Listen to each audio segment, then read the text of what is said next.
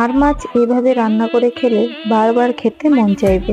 তো চলো কিভাবে আর মাছটাকে রান্না করতে হবে সেটাই আজকে তোমাদের সাথে শেয়ার করব। প্রথমেই আদা রসুন ও জিরেটাকে বেটে নিলাম। এবার নিয়ে নিয়েছি 4 পিস মাছ। মাছে দিয়ে দিলাম শুকনো লঙ্কার গুঁড়ো, হলুদের গুঁড়ো, বাটা মশলা, লবণ ও সরিষার তেল। এবার মাছটাকে বেশ ভালোভাবে মাখিয়ে নিতে হবে।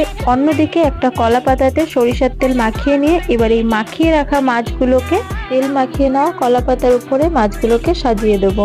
এবার ওই মাছ মাখানো পাত্রে দিয়ে দেবো আলু কুচি, রসুন বাটা, আদা বাটা, জিরে বাটা, হলুদ গুঁড়ো, শুকনো লঙ্কার গুঁড়ো, লবণ ও সরিষার তেল দিয়ে বেশ ভালোভাবে আলুটাকে মাখিয়ে নেব।